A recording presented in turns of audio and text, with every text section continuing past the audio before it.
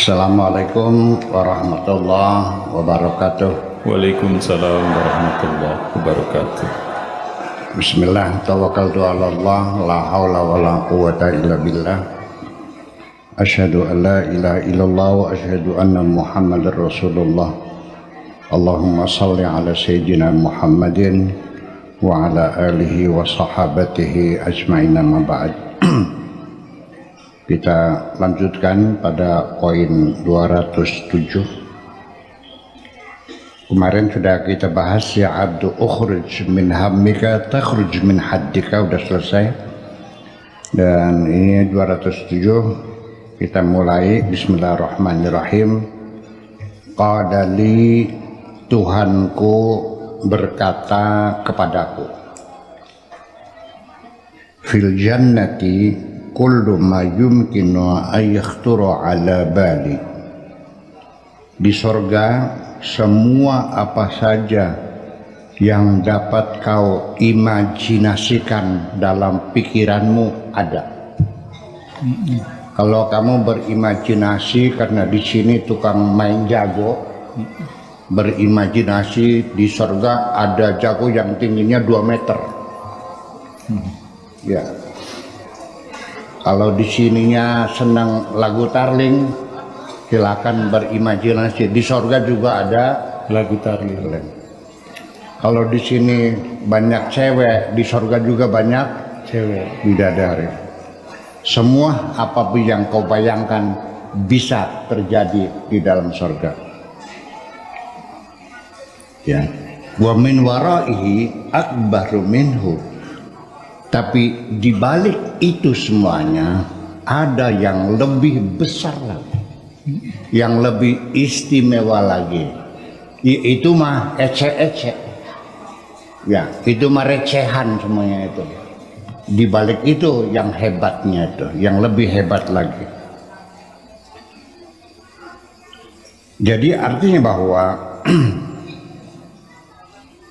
sorga silakan Anda berimajinasi, bisa terjadi. Kalau kamu senang main jago, di sana ada adu jago. Yang senang mabok, di sana ada sungai arak. Betul nggak? Ya. Sungai susu ada nggak? Ada. Sungai madu? Ada. Sungai arak? Ada. Cewek? Banyak. Banyak. Malah satu orang ini kalau yang soleh masuk surga ini bidadarinya 40. Satu bidadari punya stafnya 72. Satu staf punya asisten lagi 4. Jadi berapa tuh? 4 kali 72 kali 40. Pokoknya senotogil lah.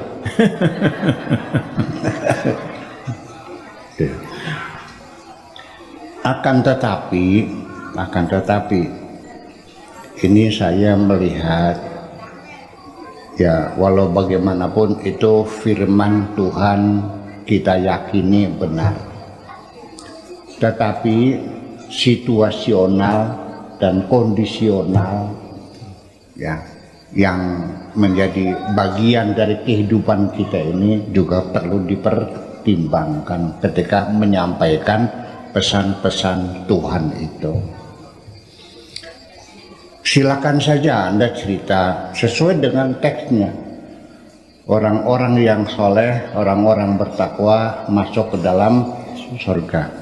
Fi jannatin tajri min tahtihal anharu khalidina fiha abada. Di dalam surga ada sungai-sungai yang mengalir. Dan di situ penduduk surga abadi di dalam surga dengan sungai-sungai yang mengalir. Ini tidak bisa dipungkiri.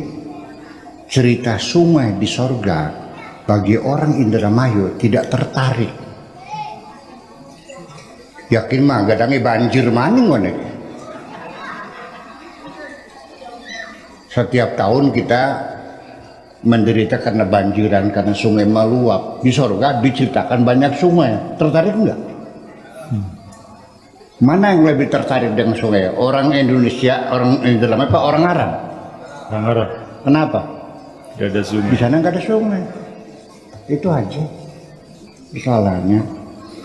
Nah kalau orang yang laki-laki sudah impoten, umur sudah 90 tahun, masih bergerak di Ciptaan Bidadari, nah, iya kan?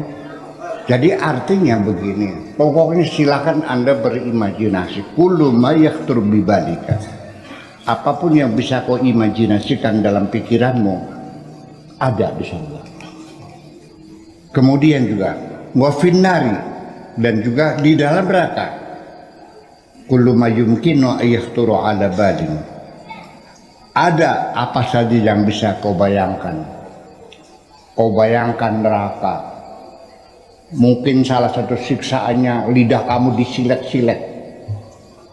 Mungkin telinga kamu dimasuki pulpen, dipakotak pakai kampak di sini. Kamu bayangkan penyiksaan yang luar biasa. Mungkin terjadi nggak? Bisa terjadi. Apalagi gelatin, hukum pancung di Perancis zaman dulu, kepalanya masuk ke apa namanya, di papan, terus dari atas pisaunya dijatuhkan, gila, terus kepalanya menggelundung. Itu. Ada lagi, ini dalam Al-Quran juga sama, dibakar, setelah kulitnya matang, disembuhin lagi, dibakar lagi, kan begitu? Ya. Silakan Anda berimajinasi. Barangkali saja Anda merasa takut, merasa ngeri, sehingga Anda bisa mengurangi dosa-dosa Anda. Betul nggak? Iya. Itu pada akhirnya. Kemudian wa min warai akbaru minhu. Di belakang siksa neraka yang sangat keras itu ada yang lebih besar lagi, yang tidak dapat kau bayangkan. Jadi selagi masih bisa dibayangkan dalam pikiran, ada. Di balik itu ada yang lebih besar yang tidak bisa dibayangkan. Jadi artinya di sini poin yang penting bagi saya adalah, apalah artinya Anda meyakini adanya surga dan meyakini adanya neraka kalau itu tidak membentuk, tidak memberi pengaruh terhadap tingkah lakumu. Apa artinya kamu takut neraka kalau kamu biasa ngelacur, tetap aja ngelacur tiap hari? Apa artinya? Ya. Anda ingin masuk surga, ternyata setiap hari anak yatim terlantar, kau biarkan saja. Ternyata orang miskin yang kelaparan, kau biarkan saja. Apa artinya Anda ingin masuk surga? Jadi yang penting adalah, apakah engkau ingin masuk surga itu mendorong, sebagai faktor pendorong Anda berbuat baik kepada sesama? Itu saja persoalan. Saya ulangi lagi, yang menghantar, yang bisa menghantar surga dengan lebih smooth, ya, lebih licin, lebih mudah menuju surga adalah dengan kebaikan-kebaikan yang kau lakukan kepada sesama, daripada ibadah-ibadah ritual itu. Dengan tanda kutip bahwa saya tidak merendahkan ibadah ritual, itu sudah selesai, itu wajib. Sholat itu wajib kan? Ya sudah selesai, wajib. Kalau dikerjakan berpahala, kalau ditinggalkan ya udah selesai. Tetapi artinya bahwa ibadah ritual itu tidak menjamin kalian sembahyang semua, tiap tahun naik haji, ngewer-ngewer tasbih semua, betul nggak? Terus pakai jubah semua, pakai sorban semua, lalu dijamin nggak negeri ini akan makmur? Makmur nggak? Setelah kalian sholat semua, tiap tahun naik haji semua, terus makmur nggak negeri kita nih? Yang membuat makmur itu adalah ibadah-ibadah sosial, kebersamaan, kesetiaan, kepedulian, supremasi hukum, itu kejujuran, etos kerja, itu yang bisa membangun kita jadi maju makmur. Paham nggak? Nah, ini orang Islam ini terjebak lebih mengutamakan ibadah-ibadah seremonial daripada ibadah-ibadah sosial. Kata Tuhan, ibadah ritualmu bagaimanapun hebatnya, tapi ketika engkau abaikan ibadah sosial, anak yatim kau biarkan terlantar, orang fakir miskin kau biarkan kelaparan, agamamu bohong.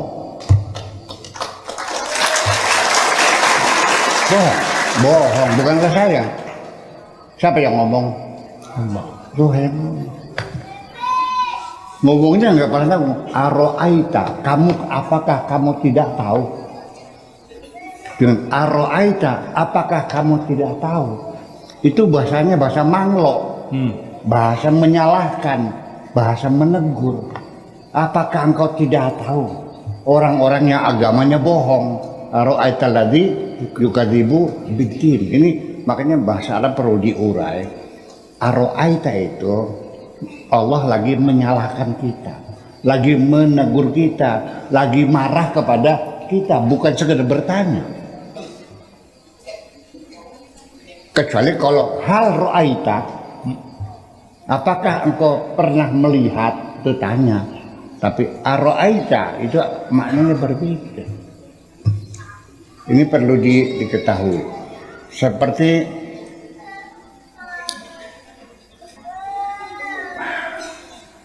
Nabi yang kita baca di apa namanya di Wamima, di Wamima, ketika Nabi Zakaria masuk ke dalam kamarnya Siti Maryam, kulama dakhala, kulama setiap kali kulama masuk lagi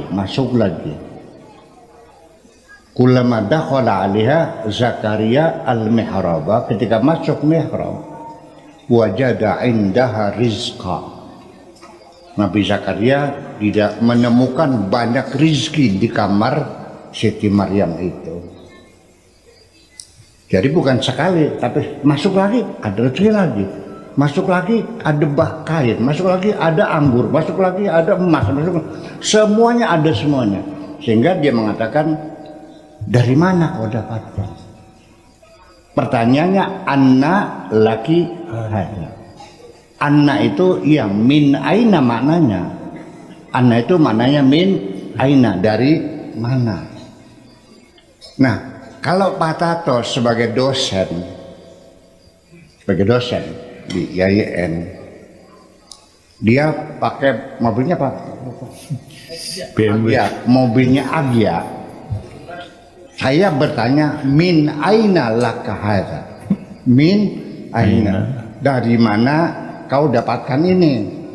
Pasti dia tidak beli dong. Bagaimana caranya? Kredit. Sampai sekarang belum lunas ya. Min aina, dari mana? Tapi Nabi Zakaria bertanyanya anna laki hadza, bukan mina tapi anna. Mananya sama, min aina. Tapi bedanya pertanyaan anna itu ditujukan kepada Pak Afkar, seorang pegawai negeri, ya kan, kepala MTS, sarang pinggan, pakai mobilnya Bugatti. Wah, keren. Ya sekelas Rolls Royce lah, yang harganya 17 miliar. Sehingga mata saya melotot sambil mengangkat pundak saya tinggi-tinggi dan tangan terengadah, anna laka hada, dengan penuh kekaguman, dari mana kau dapatkan ini? Itu bedanya anna dan min aina. Itulah bedanya aroita dengan hal roaita, itu bedanya. Artinya ini Tuhan betul-betul marah kepada kamu. Artinya paham beli koplok bahwa orang itu agamanya bohong.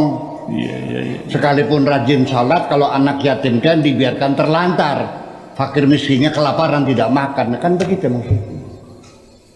Itulah makanya kita kembali surga dalam imajinasi kita. Ya, kita pengen masuk surga. Baru saya yakin, Anda yakin ada surga kalau Anda terdorong untuk berbuat baik. Saya yakin Anda percaya ada neraka ketika Anda bisa mencegah kejahatan-kejahatan diri Anda. Takut. Apa katanya? Inni akhafu in asaitu rabbi adzaba yaumin azim. Aku takut melanggar aturan Allah. Barangkali nanti di akhirat saya disiksa oleh Allah dengan siksa yang berat. Saya kira itu semacam itu. Jadi artinya bahwa tentang surga dan neraka saya akan bercerita kepada siapapun mungkin berbeda. Kalau yang nanya anak kecil, Buya, di surga ada apa? Sepur-sepur Jepang banyak. Betul nggak? Iya. Ya dong, sesuai dengan kondisi orangnya. Mesti begitu supaya dia tertarik kepengen masuk surga. Kalau masuk surga, apa yang terdorong? Sekolahnya rajin, ya, bangunnya tepat waktu, kan begitu. PR dikerjain semuanya, kan seperti itu. Iya, jangan dikitkan dengan wiridan istighosah anak kecil mah. Ya, dengan sekolah yang rajin, kan gitu, semuanya. Nah itu. Jadi kalau yang nanya orang yang penikmat lagu-lagu Tarling, saya katakan ya Ajid mah kecil. Nah normal saya kecil. Iya. Terus kerana itu di sana surganya ada 1001 macam jenis Tarling surga. Silakan. Pokoknya silakan ceritakan. Yang penting surga tempat segala kenikmatan. Sudah paham? Sudah paham? Namun demikian, di balik itu semuanya ada yang lebih hebat lagi yang tidak bisa kau pikirkan. Apa itu? Bertemu dengan Tuhanmu. Itu persoalannya. Iya, itu yang paling berharga adalah bertemu dengan Tuhanmu. Itu yang paling penting. Jadi akhirnya bagi anak-anak bolehlah merindukan surga. Tapi bapak-bapak, ibu-ibu yang sudah usianya di atas 60 tahun, ya jangan kayak anak kecil dong. Ininya lebih dewasa lagi. Yang dirindukan bukan surganya, yang punya surga. Apa artinya saya kepengen masuk rumahnya Juleka? Yang saya cintai rumahnya apa Julekanya? Julekanya. Umpamanya saya masuk rumah, tapi Julekanya nggak nyapa saya. Enak nggak? Ya ini yang jadi persoalan. Kamu pengen ketemu Allah apa pengen masuk surga? Kalau masuk surga tidak ketemu Allah, Anda akan kecewa kok. Ya, mari kita lanjutkan lagi. Akhirnya yang penting adalah ketemu dengan Allah. Ana min wara'in na'im. Aku yang ada di belakang kenikmatan-kenikmatan yang kau bayangkan dalam pikiranmu. Walau arafani na'im lan qata'ani tan'im. Kenikmatan-kenikmatan sorga dengan air yang mengalirnya, dengan sungai susunya, dengan bidadarinya, dengan istananya, dengan segala kenikmatannya. Ya. Kalau andaikan kenikmatan itu kenal aku, lan qata'ani tan'im, maka kenikmatan itu tidak akan bisa memberikan kesenangan kepada kamu itu semua. Hilang semuanya. Itu. Wa man arafa ni'mata ru'yati, barang siapa yang telah mengetahui nikmatnya melihat aku, wa hadrati, dan nikmatnya bisa duduk di hadapanku, yandamu ala ma adha'a min waqtin, dia akan merasa kecewa karena sudah banyak buang-buang waktu semuanya itu yang tidak ada gunanya. Lidzalika ladza idal jannati, ya, karena kamu mencari kelezatan-kelezatan sorga, kamu ujungnya kecewa. Ya, al-hisiyah yang sifatnya fisik, wa yahzunu ala ma fatahu min tatalwa ila wajhi, dan engkau akan bersedih hati ya karena kamu tidak punya kesempatan untuk bisa menatap wajahku. Saya datang ke sini bukan untuk melihat rumahmu wahai kekasihku, tapi ingin menemui, ingin menatap wajahmu. Andaikan engkau mengajak bertemu di bawah jembatan, oke, aku siap di bawah jembatan. Yang penting asal bertemu dengan. Rabi' al-Adawiyah mengatakan, andaikan yang penting adalah aku bisa bertemu dengan Tuhanku. Andaikan aku bisa bertemu di neraka, maka aku akan memilih masuk neraka. Yang penting bisa bertemu dengan Tuhanku. Terima kasih. Assalamualaikum warahmatullahi wabarakatuh.